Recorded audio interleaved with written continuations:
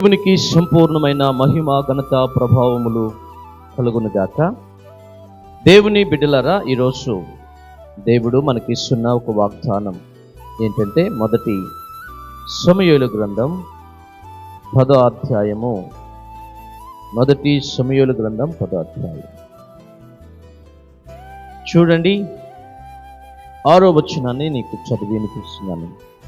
యెహోవా ఆత్మ నీ మీదికి బలముగా దిగి వచ్చును, నీవు వారితో కలిసి ప్రకటన చేయుచుండగా నీకు క్రొత్త మనస్సు వచ్చును. క్రొత్త మనస్సు వచ్చును. ఇంకా 9వ వచనం, అతడు సమూహమునొద్ద నుండి వెళ్ళిపోవుటకై తిరగగా యెహోవా అతనికి క్రొత్త మనస్సు అనుగ్రహించెను. దేవునికి మహిమ కలుగునుగాక. 10వ వచనం కూడా చదువుతాను. వారు ఆ కొండ దగ్గర నిలిచున్నప్పుడు ప్రవక్తల సమూహము అతనికి ఎదురుగా దేవుని ఆత్మ బలముగా అతని మీదికి వచ్చెను. అతడు వారి మధ్యన ఉండి ప్రకటన చేయుచుండెను. దేవునికి మహిమ ఘనత ప్రభావములు కలుగునుగాక. దేవుని బిడ్డలారా, ఈరోజు దేవుడు మనకిస్తున్న ఒక వాగ్దానం ఏంటంటే, క్రొత్త మనస్సు దేవుడు నీకు ఇస్తానంటున్నాడు. అయితే కొన్ని అనుభవాల గుండా నువ్వు ముందుకు రావాల్సిన ఆవశ్యకత ఉంది.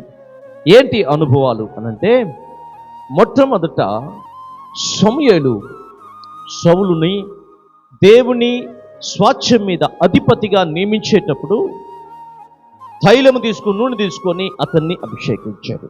అభిషేకించి ఈ మాటలు చెప్పాడు, నాయనా, నీవు ఇదిగో రాహేలు సమాధి దగ్గరికి వెళ్ళినప్పుడు 2 మనుషులు కనపడతారు. అవునా? అవునండి. ఆ 2 మనుషులతో నువ్వేం చేస్తావనంటే, కాస్తంత సహవాసం చేయి.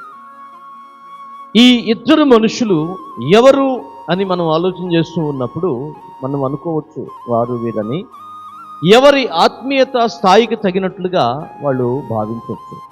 ఈ 2 మనుషులు ఎవరు కాదు, నీ శరీరము, నీ ఆత్మ. నీ శరీరం, నీ ఆత్మ. 2 మనుషుల సమాధి దగ్గర ఏం చేయాలి అనంటే, సమాధి చేయబడతావా? ఆ సమాధి దగ్గర నీకేం గుర్తు అనంటే, సమాధి చేయబడతావు నువ్వు, నీ ప్రాణాన్ని, నీ శరీరాన్ని సమాధి చేసుకుంటావా? అప్పుడు ఆ సమాధి దాటిన తర్వాత 3 మనుషులు వస్తారు. అది బేతేలు. బేతేలు అంటే దేవుని మందిరం. నీవు ఎప్పుడైతే మారు మనసు దగ్గర నువ్వు బయట లోపలికి వచ్చి, గంగాళం దగ్గర బాప్తిసం పొంది కడగబడిన జీవితంలోకి వచ్చి లోపలికి వచ్చిన తర్వాత అండి బేతేలు అనుభవంలోకి వచ్చావు. ఇప్పుడు బేతేలు అనుభవం అంటే దేవుని మందిరపు అనుభవం, పరిశుద్ధ స్థలపు అనుభవం. వచ్చిన తర్వాత ఇక్కడ 3 మనుషులు ఉంటారు. ఈ 3 మనుషులు దగ్గర నువ్వు ఏం చేయాలంటే, నీ జీవితాన్ని సరి చేసుకోవాలి.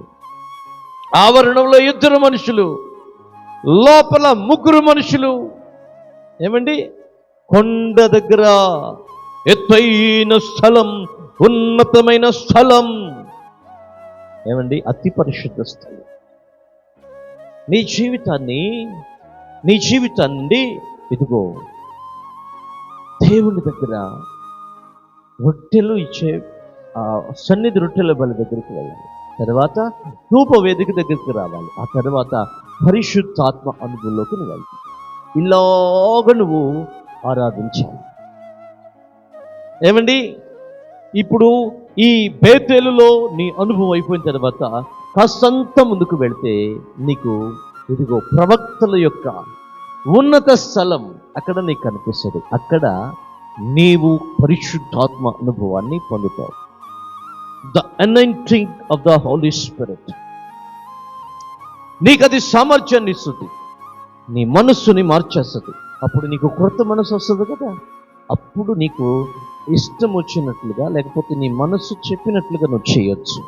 కాబట్టి దేవుని బిడ్డ, దేవుడు అంటున్నాడు, నీకు క్రొత్త మనస్సుని ఇవ్వాలని నేను ఇష్టపడుతున్నాను, క్రొత్త మహిమని ఇవ్వాలని నీకు ఇష్టపడుతున్నాను, క్రొత్త రాజ్యం ఇవ్వాలని నీకు ఇష్టపడుతున్నాను, క్రొత్త పేరు ఇవ్వాలని నీకు ఇష్టపడుతున్నాను.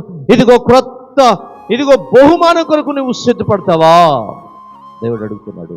క్రొత్త మనస్సు నీకు వస్తేనే ఈ తర్వాత క్రొత్త నూతనమైన ఆత్మ, నూతనమైన పేరు, నూతనమైన బహుమానం, నూతనమైన రాజ్యం, క్రొత్త రాజ్యము నీకు అనుగ్రహించబడుతుంది. అలాంటి కృపలో దేవుడు నిన్ను నింపాలంటే యేసు ప్రభు దగ్గరికి రా.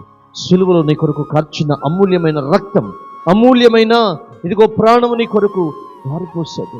ఇదిగో ఆయన దగ్గరికి వచ్చి, ప్రభు నన్ను కడుగువా, నా హృదయాన్ని నీకు ఇస్తానయ్యా, నా పాపాల నుండి నన్ను విడిపించు, శాపం నుండి విడిపించు, ఆత్మ చేత నింపు, నీ మందిరంలో నేను ఒక సభ్యుడికి అంటు కట్టబడతాను, పరిశుద్ధ జీవితం కోసం పాకులాడతాను.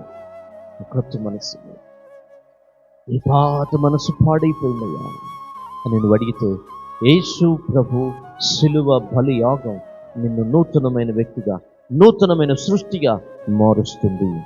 యేసు తప్ప వేరే ఎవరు నిన్ను మార్చలేరు.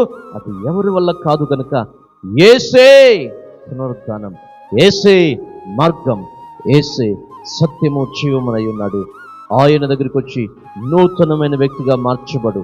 నీ త్రాగుడు నుండి, నీ వ్యభిచారం నుండి, నీ బలహీనత నుండి, నీ జీవితము నుండి, నీ సెల్ ఫోన్ నుండి, ఇదిగో నీ యొక్క అసహనమైన పరిస్థితుల నుండి నువ్వు విడుదల పొందాలి అంటే యేసు దగ్గర మాత్రమే నీకు విడుదల. దేవుడు అలాంటి కృప ఈ వాగ్దానం ద్వారా నీకు అనుగ్రహించి నడిపించునుగాక. ఆమేన్. God bless you.